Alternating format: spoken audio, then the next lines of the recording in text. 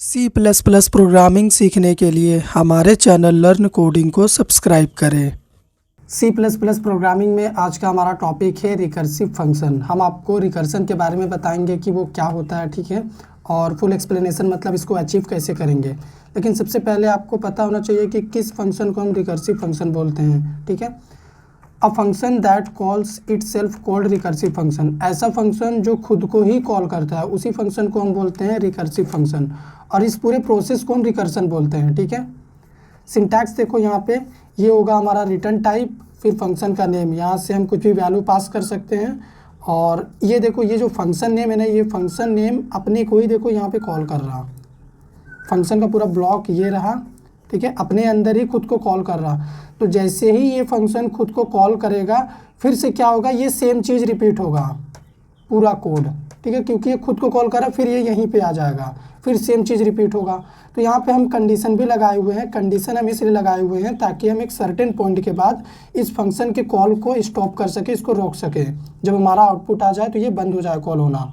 तो यहाँ पे हमारा बेस कंडीशन रहेगा, यहाँ पे भी कुछ कोड रहेगा, और ये कंडीशन अगर फॉल्स हो जाएगा तो एल्स में आएगा फंक्शन कॉल होगा। अगर कंडीशन ट्रू रहेगा तो ये कोड रन होगा, ये कॉल नहीं होगा, ठीक है। तो ये पूरा कंडीशन पे डिपेंड करेगा।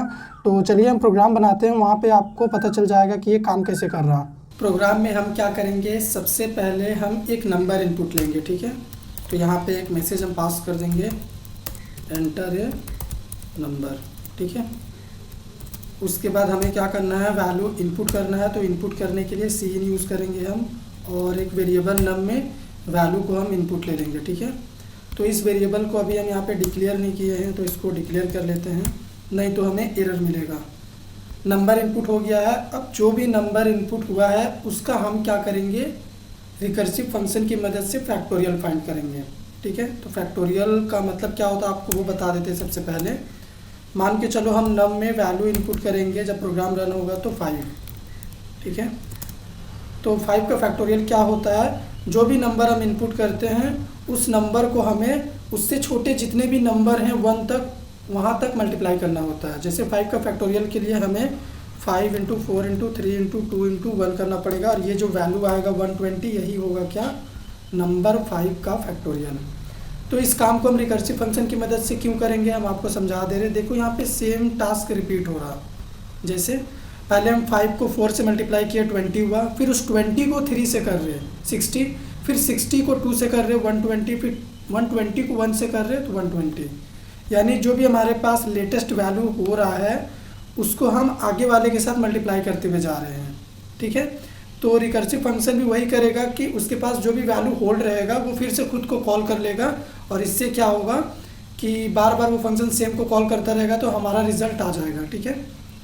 तो उसके लिए हम क्या करेंगे, यहीं पे एक फंक्शन क्रिएट करेंगे। तो उसका रिटर्न टाइप इंट रखेंगे हम, फंक्शन का नेम फैक्ट रहेगा, और इस फंक्शन के अंदर हम कंडीशन यूज़ करेंगे। तो इफ एल्स बना लेते हैं, सिंटैक्स लिख दे पहले, ठीक है, एल्स, ओके। तो ये जो नंबर है इसको हम यहाँ पे एज अ पैरामीटर वैल्यू के फॉर्म में पास कर देंगे। यहाँ पे नंबर आएगा, और जो भी नंबर यहाँ पे आएगा उसी का हम फैक्टोरियल फाइंड करेंगे। तो यहाँ पे एक कंडीशन हम डाल देंगे स्टार्टिंग में कि अगर मान लो नम का वैल्यू 0 होता है, फिर क्या होगा, फिर रिटर्न करेगा हमारा फंक्शन 1, ठीक है। और मान लो इसका वैल्यू जो है 0 नहीं होता है, फिर क्या होगा, फिर यहाँ पे आएंगे और हम यहाँ पे लॉजिक लिखेंगे। हम अपने नंबर को मल्टीप्लाई करेंगे उससे छोटे वाले नंबर के साथ। तो छोटा वाला नंबर इसी फंक्शन के पास ही है, तो हम क्या करेंगे, इसी को खुद यहाँ पे अगेन कॉल कर देंगे, ठीक है। और कॉल करने के बाद वैल्यू को हम एक एक करके डिक्रीज़ करेंगे। डिक्रीज़ क्यों कर रहे आपको पता है, क्योंकि हमने आपको समझाया कि वैल्यू जो है वो डिक्रीज़ होते रहता है, ठीक है, तभी वो फैक्टोरियल निकल के आता है, ओके। तो ये वैल्यू भी हम यहाँ से रिटर्न करेंगे। किसको रिटर्न करेंगे, कॉलिंग फंक्शन को। तो इस फंक्शन को कौन कॉल कर रहा है, ये कर रहा है, इसके पास आएगा। अब इसके पास वैल्यू आएगा तो ये भी रिटर्न करेगा कॉलिंग फंक्शन के पास, जहाँ से हम इसको कॉल करेंगे। तो इसको हम कॉल करेंगे यहाँ से, ठीक है, और यहाँ से अपना नंबर पास कर देंगे, ठीक है। तो यहाँ से हम नंबर पास कर दिए हैं, और रिज़ल्ट भी यहीं पे आएगा वापस लौट के। तो इसको हम क्या करेंगे, प्रिंट करेंगे। लेकिन प्रिंट करने से पहले अगर मान लो इस प्रोग्राम को अभी हम चलाएं तो क्या आउटपुट आएगा। यहाँ पे तो cout was not declared in this scope बोल रहा है।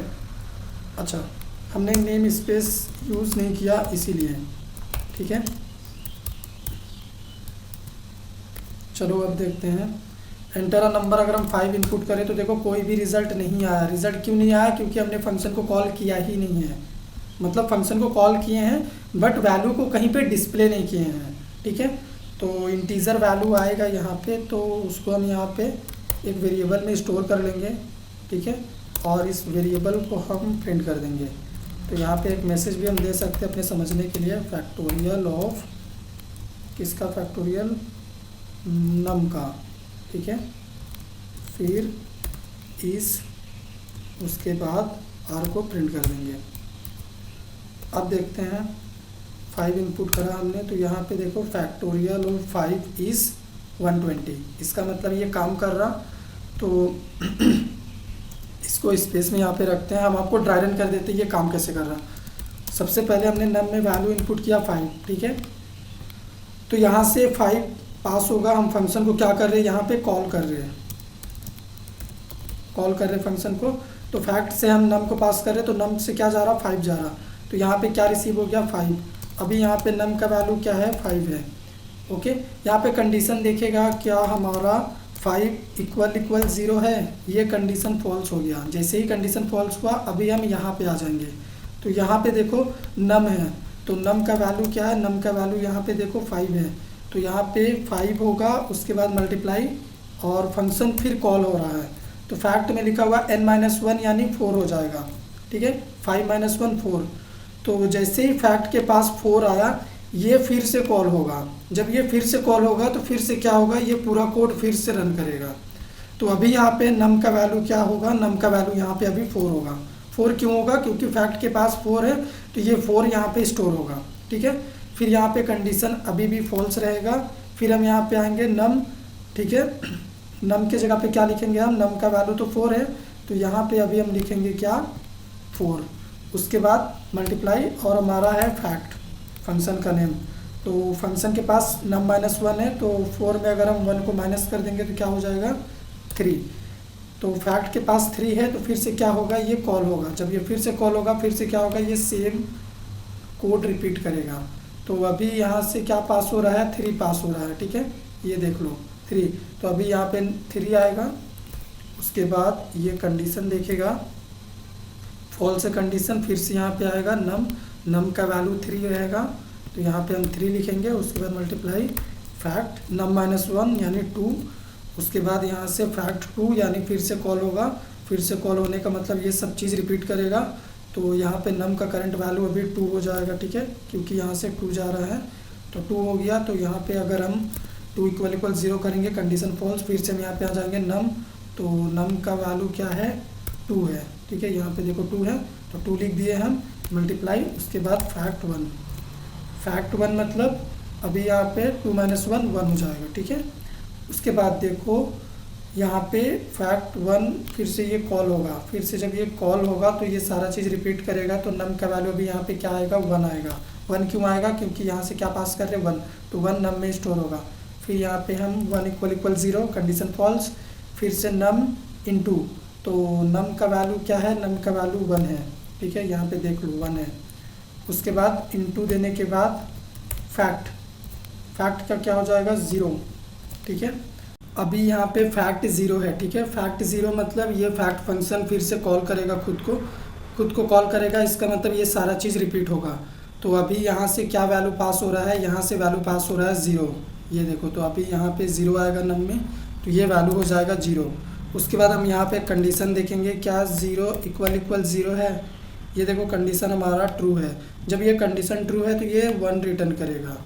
हम यहाँ पे कंडीशन ट्रू क्यों रखे थे, ताकि हमारा जो भी रिज़ल्ट है, देखो रिज़ल्ट तो हमें यहाँ तक ही आ गया है, ठीक है। लास्ट में हमें 0 वैल्यू ना मिल जाए, जिसकी वजह से 0 के साथ मल्टीप्लाई होकर सारा रिज़ल्ट 0 ना हो जाए, इसीलिए हम ये वाला कंडीशन भी बना के रखे हुए हैं। तो जब 0 वैल्यू हो जाएगा नम का, तो उसके जगह पे 1 आ जाना चाहिए, 1 रिटर्न हो जाना चाहिए। तो लास्ट में यहाँ पे क्या हो रहा, अगेन एक 1 मल्टीप्लाई हो रहा, ठीक है, ज़ीरो के जगह पे। अगर ये कंडीशन हम नहीं लगाते तो लास्ट में यहाँ पे ज़ीरो मल्टीप्लाई होता तो सारा वैल्यू ज़ीरो हो जाता, लेकिन हम नहीं चाहते कि हमारा रिज़ल्ट ज़ीरो हो जाए, इसीलिए वो सेम रिज़ल्ट रहे तो वो 1 लास्ट में मल्टीप्लाई हो, ठीक है। उसके बाद 120 यहाँ से रिटर्न होगा, तो ये रिटर्न करेगा, ये फंक्शन रिटर्न करेगा अपने कॉलिंग फंक्शन के पास यानी इसके पास। अब ये फंक्शन वैल्यू रिटर्न करेगा कहाँ पे, जहाँ से इसको कॉल किया यहाँ पे, उसके बाद वैल्यू आर में स्टोर हो गया, उसके बाद आर को प्रिंट किया, फैक्टोरियल आ गया। अगर प्रोग्राम को हम अगेन रन करें, एक और नंबर इनपुट कर दे 7, तो यहाँ पे देखो 7 का फैक्टोरियल आया है।